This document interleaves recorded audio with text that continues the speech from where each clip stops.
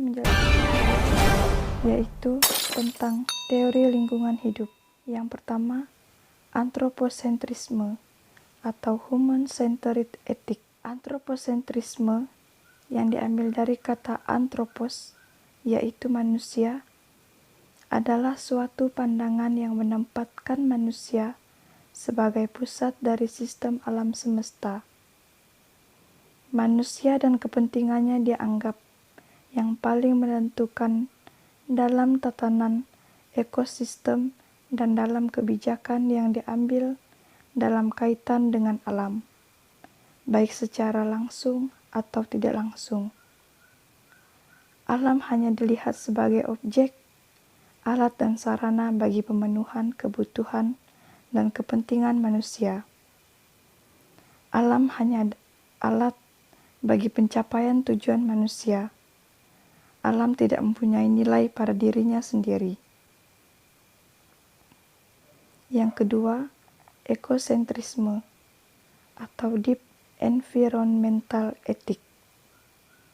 Pandangan ini didasarkan pada pemahaman bahwa secara ekologis, baik makhluk hidup maupun benda-benda abiotik lainnya saling terkait satu sama lain.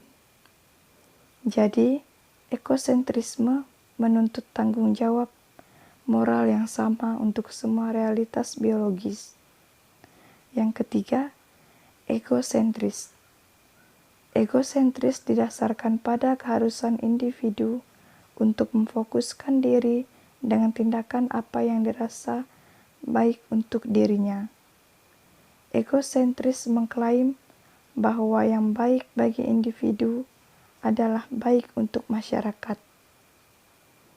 Yang keempat, biosentrisme atau life-centered ethic.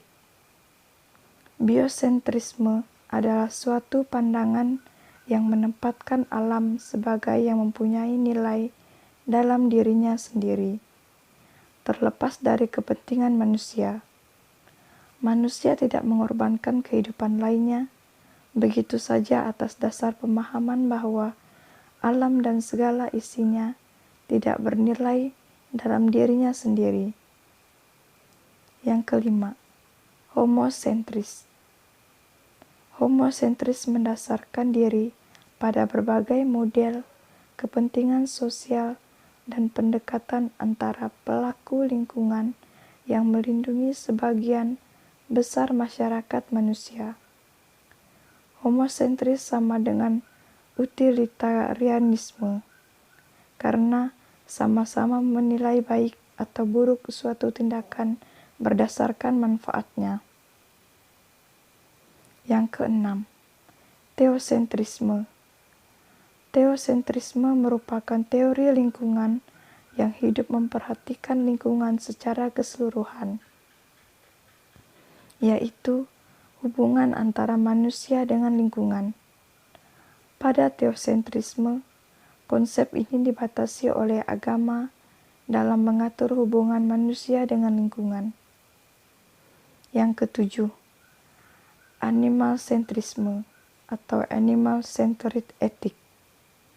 Pandangan ini beranggapan bahwa bukan hanya manusia yang pantas mendapat pertimbangan moral, melainkan juga dunia hewan. Perhatian moral tidak hanya terbatas pada manusia, tetapi juga mencakup seluruh dunia hewan. Yang terakhir, kedelapan, antroposentris. Antroposentris merupakan sumber hidup manusia. Pandangan ini menekankan hal-hal yaitu manusia terpisah dari alam dan mengutamakan hak-hak manusia atas alam tetapi tidak menekankan tanggung jawab manusia. Saya di sini ingin menyampaikan sebuah materi mengenai mengembangkan paham yang tepat tentang lingkungan hidup. Apa itu lingkungan hidup? Lingkungan adalah kombinasi antara kondisi fisik yang mencakup keadaan sumber daya alam seperti tanah, air, energi surya, mineral, serta flora dan fauna yang tumbuh di atas tanah maupun di atas lautan dengan kelembapan kelembangan yang meliputi ciptaan manusia seperti keputusan bagaimana menggunakan lingkungan fisik tersebut. Hidup, kesatuan ruang dengan semua benda, daya, keadaan, dan makhluk hidup, termasuk manusia, dan perilakunya yang mempengaruhi kelangsungan kehidupan dan kesejahteraan manusia serta makhluk hidup lain. Pentingnya lingkungan bagi kehidupan. 1. Lingkungan sebagai tempat mencari makan. 2. Lingkungan sebagai tempat berlangsungnya aktivitas sosial. 3. Lingkungan sebagai tempat bagi kelanjutan kehidupan. 4. Lingkungan sebagai tempat tinggal. Pelestarian tanah. Upaya yang harus kita lakukan untuk melestarikan tanah. Yang pertama, tidak membuang limbah pabrik langsung ke tanah, melakukan upaya penanaman 1000 pohon, tidak membuang sampah sembarangan, memberi pupuk alami seperti kompos, melestarikan cacing sebagai upaya penyuburan tanah. Untuk membersihkan udara, upaya yang harus kita lakukan adalah mengalahkan penanaman pohon ataupun tanaman hias, mengupayakan pengurangan emisi dan pembuangan gas sisa pembakaran, baik pembakaran hutan maupun mesin. Ketiga, mengurangi atau bahkan menghindari pemakaian gas kimia yang dapat merusak lapisan ozon di atmosfer. Pelestarian hutan. Upaya yang harus kita lakukan untuk melestarikan hutan adalah yang pertama, reboisasi atau penanaman kembali hutan yang gundul. Kedua, melarang pembabatan hutan secara sewenang-wenang. 3. Menerapkan sistem tebang pilih dalam menebang pohon. Keempat, menerapkan sistem tebang tanam dalam kegiatan penebangan hutan. Kelima, menerapkan sanksi yang berat bagi mereka yang melanggar ketentuan mengenai pengelolaan hutan. Pelestarian laut dan pantai. Upaya yang harus kita lakukan adalah melakukan reklamasi pantai dengan menanam kembali tanaman bakau di areal sekitar pantai. Yang kedua, melarang pengambilan batu yang ada di sekitar pantai maupun di dasar laut. 3. Melarang pemakaian bahan peledak dan bahan kimia lainnya dalam mencari ikan. Keempat, melarang pemakaian pukat harimau untuk mencari ikan. Pelestarian flora dan fauna. Upaya yang harus kita lakukan adalah pertama, memberantas penebangan liar dan pembakaran hutan. Kedua, bentuk Taman Nasional Cagar Alam dan Suaka Marga Satwa. Ketiga, melindungi binatang liar dari pemburuan. Keempat, menghapus praktik penangkapan ikan yang merusak lingkungan. Kelima, memberantas perdagangan satwa dilindungi. Keenam, mendidik masyarakat tentang pentingnya pelestarian hewan.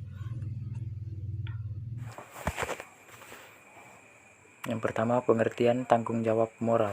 Moral adalah suatu hukum perilaku yang diterapkan kepada setiap individu dalam bersosialisasi dengan sesamanya sehingga terjalin rasa hormat dan menghormati antar sesama.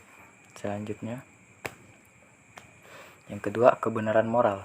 Kebenaran moral adalah tekad untuk tetap mempertahankan sikap yang telah diyakini sebagai kewajiban dan tanggung jawab. Moral yang benar adalah modal kedamaian. Perubahan sikap dasar moral bagi perubahan sikap. Sikap dasar adalah sikap yang didapat secara keturunan dan menjadi sikap bawaan sejak lahir. Sikap dasar meliputi sikap-sikap yang baik, namun sikap baik pada manusia hanyalah dasar atau awal dari kehidupan. Sikap tersebut bisa saja berubah seiring berjalannya waktu. Acuan tanggung jawab dan sikap manusia yang beriman atau Kristen. Acuan tanggung jawab yang pertama yaitu pengertian tanggung jawab.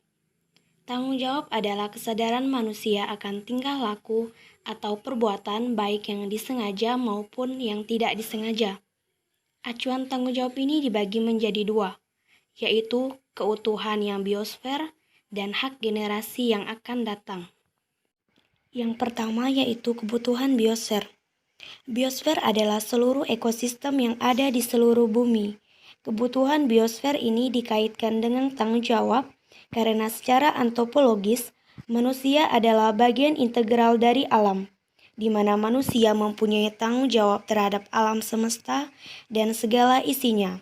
Dalam Deep Ekologi mengajarkan bahwa manusia bukanlah penguasa dan bukan pula pusat alam semesta. 2. Hak generasi yang akan datang. Apa yang dilakukan manusia saat ini berpengaruh besar pada zaman generasi yang akan datang. Sebagai sesama manusia, kita mempunyai hak dan kewajiban yang sama untuk dapat mendapatkan lingkungan yang lestari dan indah. B yaitu sikap manusia yang beriman atau Kristen. Yang pertama, sikap terhadap ciptaan subpersonal. Berarti terhadap segala makhluk ciptaan, seharusnya manusia bersikap saling menghargai sesuai dengan nilai yang terdapat dalam makhluk ciptaan. Yang kedua yaitu sikap terhadap makhluk tak berbudi. Yang A yaitu manusia menyadari sebagai makhluk ciptaan yang sejahtera dengan Tuhan sesuai dengan penciptaannya. Manusia bekerja sama dengan Tuhan untuk menyempurnakan karyanya sehingga manusia bertanggung jawab atas hidup dan perkembangan makhluk ciptaan lainnya. Yang B yaitu manusia sebagai citra Allah dan co-kreatornya harus mengenal beberapa norma dasar moral. Artinya manusia mengambil sikap yang tidak bertentangan dengan kehendak pencipta, tetapi memandang dan bersikap penciptaan terhadap. C yaitu manusia bertanggung jawab atas sikap dan tindakan terhadap jagat raya. Artinya manusia memiliki tanggung jawab untuk menjaga dan memelihara segala yang ada di bumi.